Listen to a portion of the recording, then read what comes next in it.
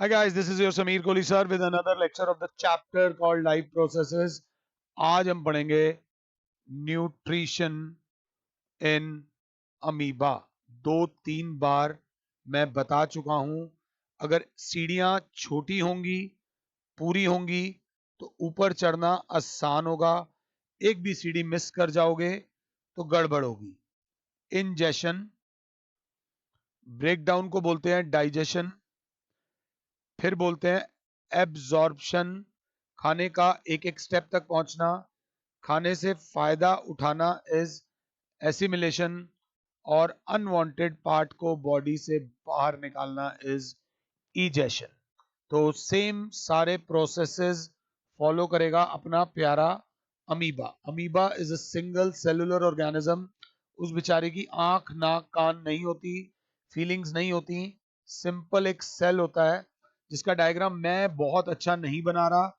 आप प्लीज इसको घर से एक बार बुक से, लखमीर सिंह मैं रेफर करता हूं, आप एनसीईआरटी रेफर करनी है और एनसीईआरटी रेफर कर लो, मुझे कोई प्रॉब्लम नहीं है। उसकी न्यूक्लियस, ये साइटोप्लाज्म, साइटोप्लाज्म में बहुत सारे ऑर्गन्स होते हैं, तुमने 9th क्लास में सेल में पढ़ा होगा।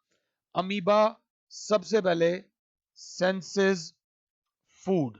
तो जैसे ही वो फूड को सेंस करता है तो अमीबा क्या करता है, स्टेप 2 में अमीबा फूड को चारों तरफ से घेर लेता है। जैसे हिंदी फिल्मों में पुलिस मुजरिम को चारों तरफ से घेर लेती है, by making a false feet. ये जो घेरे हुए, जो दोनों तरफ से जो घेर रहा है, इसको बोलते हैं pseudopodia. Spelling P S E, थोड़ा स्पेलिंग आंखें, PSEUDOPIA।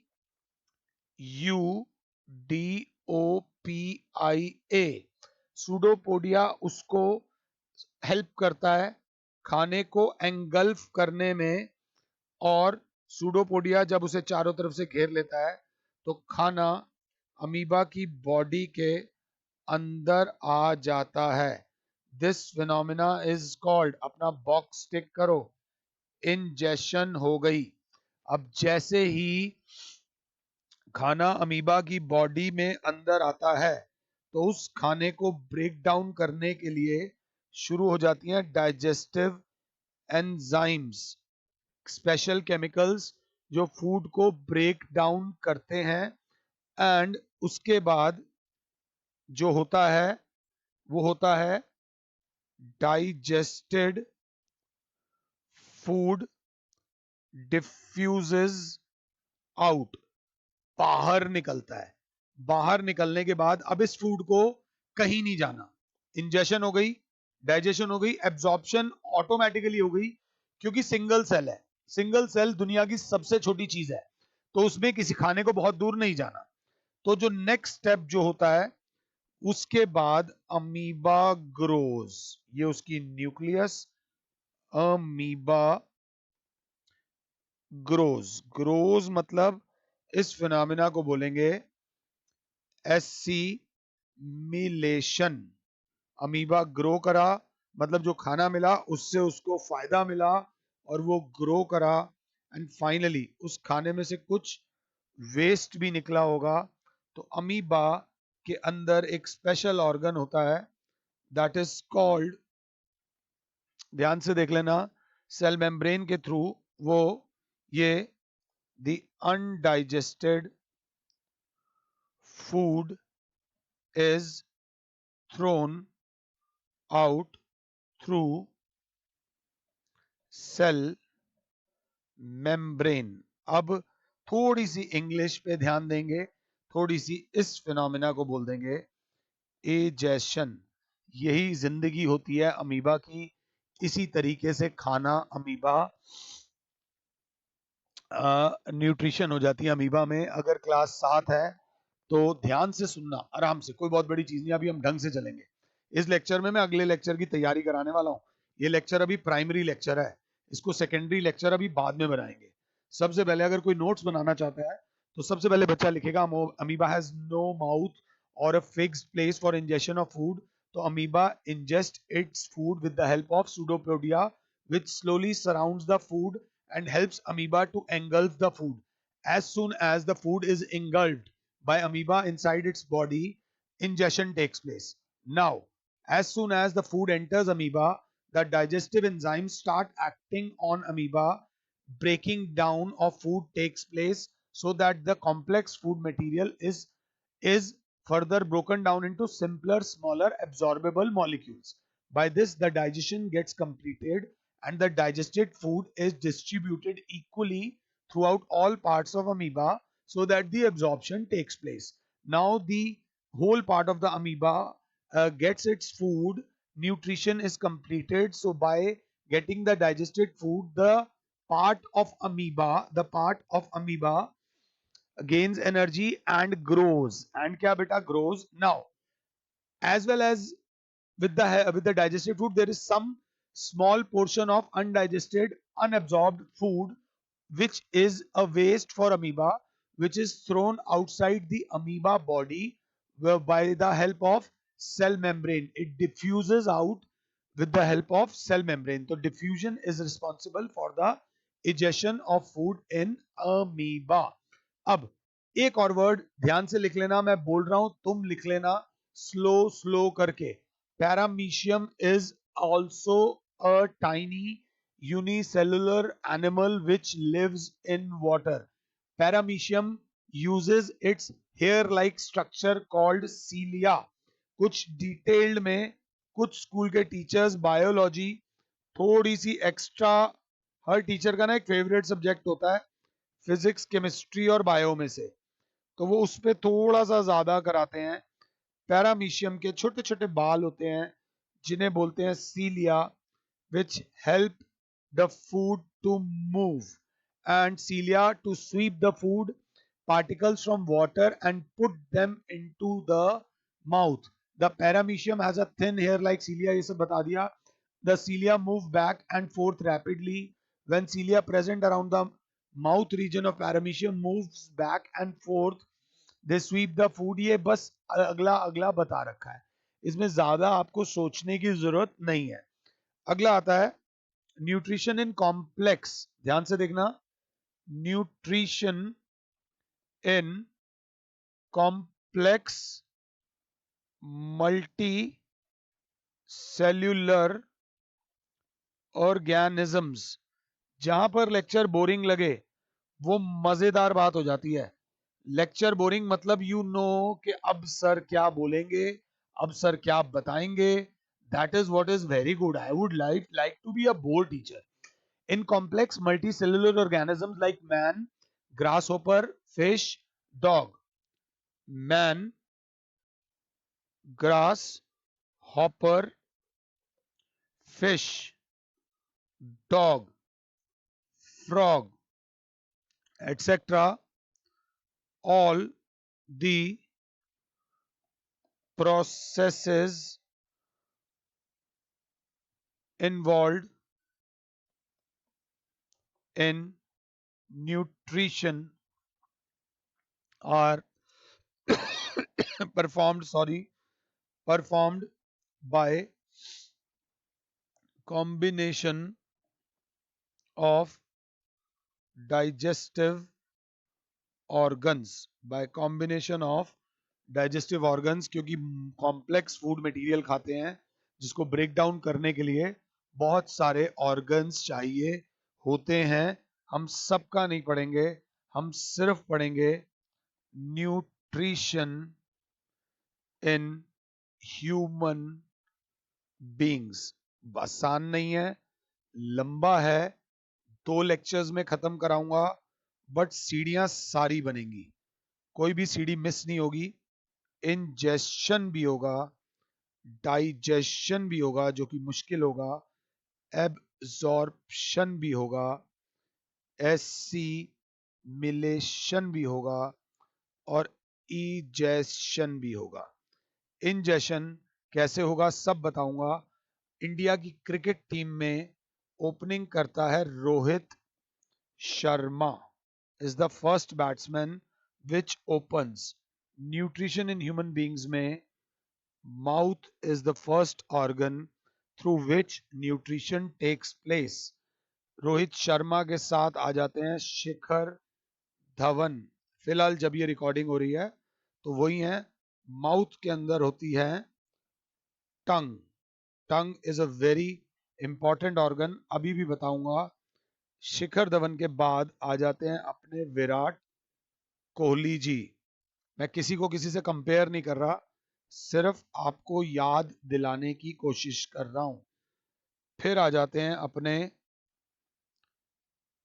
राहुल शर्मा है ना, राहुल शर्मा, नहीं शर्मा नहीं है, क्या हो गया मेरे को यार, केएल राहुल, मैं नाम गलत बोल रहा हूँ यार, सॉरी यार, आई एम सॉरी। फिर आते हैं के एल राहुल।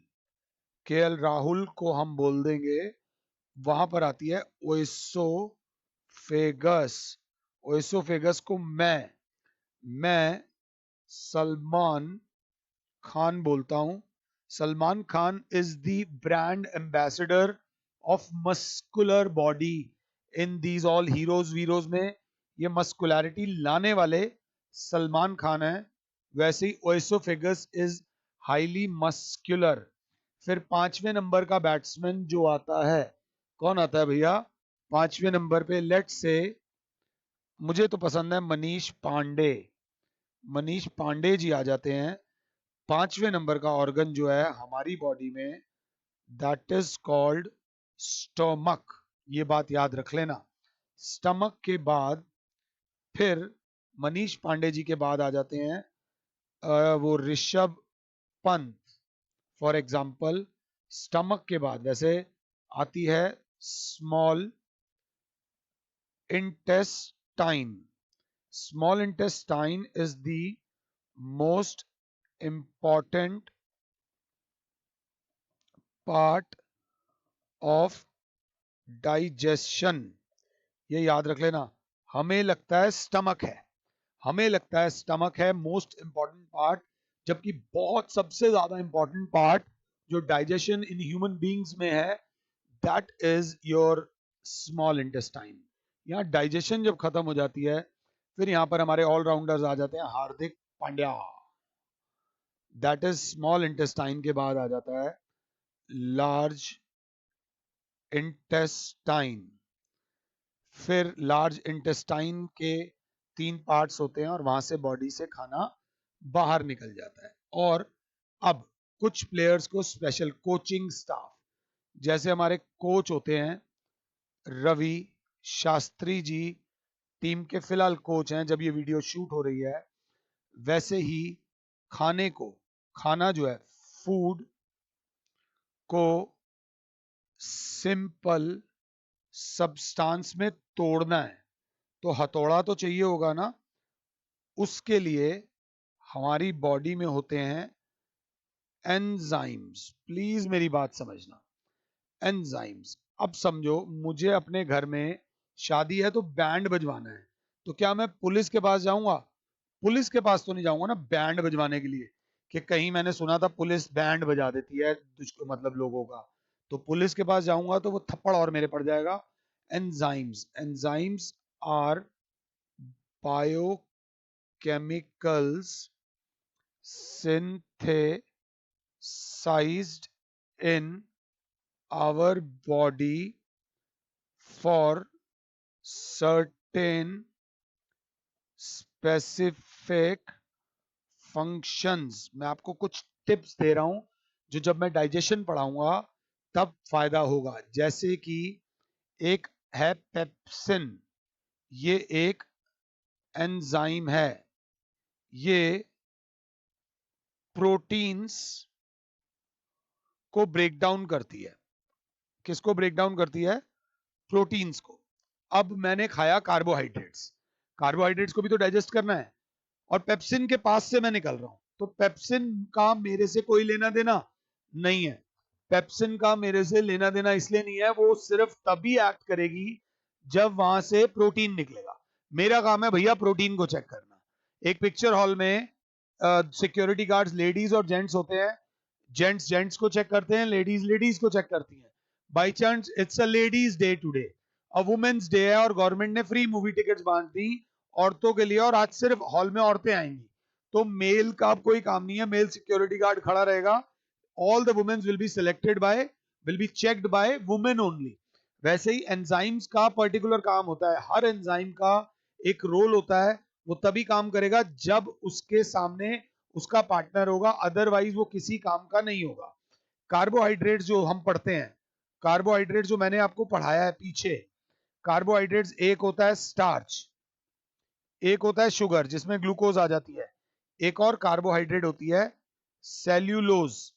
अब गाय बकरी को स्टार्च, शुगर और सेल्यूलोज तीनों दे दो, वो खा लेती हैं, वो तीनों को डाइजेस्ट कर लेती हैं, मगर ह्यूमन बींग्स, हम लोग सेल्यूलोज को डाइजेस्ट नहीं कर पाते। ये जो खीरा, सैलेड्स, पत्ता गोभी, ये चीजें जब हम खाते हैं ये हमारी बॉडी में डाइजेस्ट नहीं होती। अब क्यों डाइजेस्ट नहीं होती?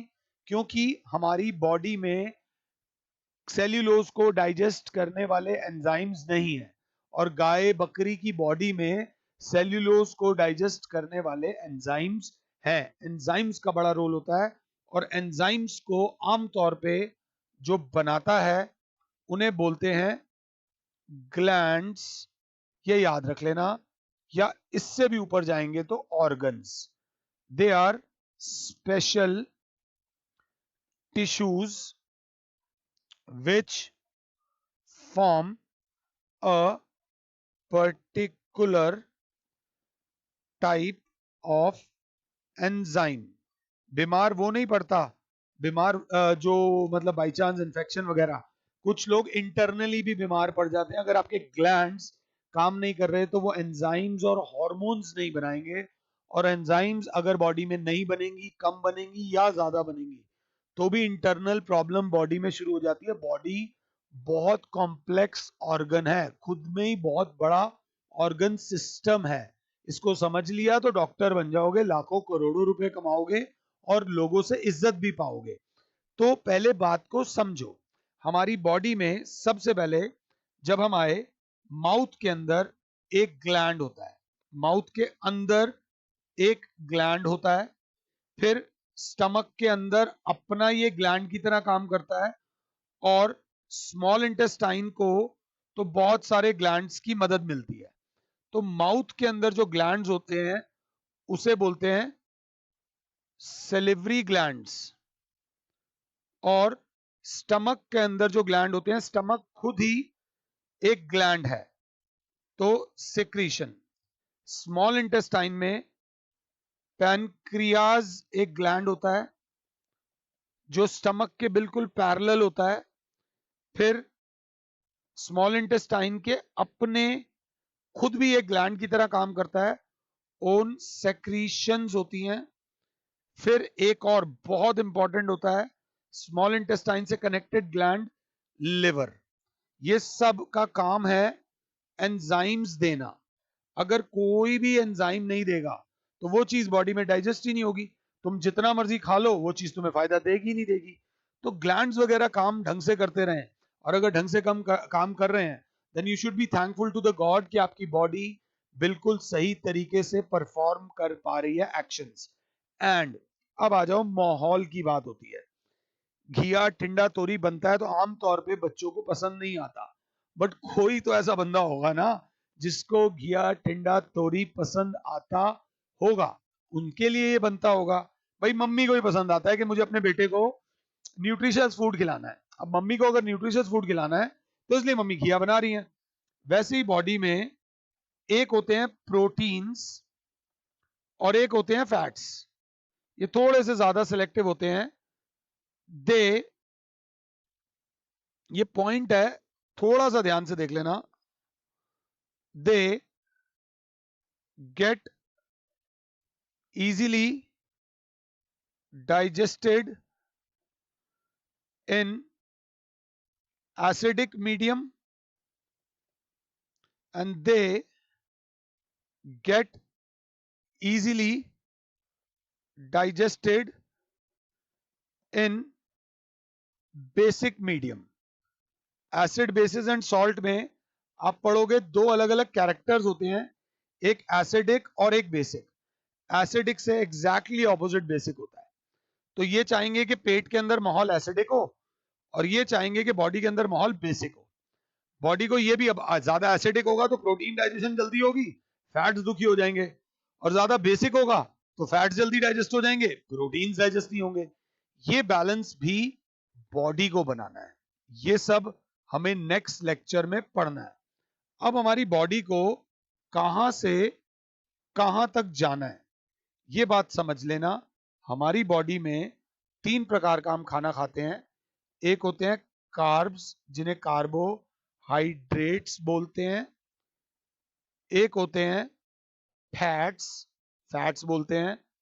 एक होते हैं प्रोटीन्स। ध्यान से, अब डाइजेशन कैसे कंप्लीट होती है? डाइजेशन गेट्स कंप्लीटेड व्हेन, ध्यान से, आराम से, पहले डायग्राम देख लो, डायग्राम देखना बहुत जरूरी है। व्हेन हमारा काम है इनको यहां तक पहुंचाना, इनको यहां तक पहुंचाना और इनको यहां तक पहुंचाना। हमारा काम है कार्बोहाइड्रेट्स को ग्लूकोज में कन्वर्ट करना, तभी बॉडी को फायदा मिलेगा।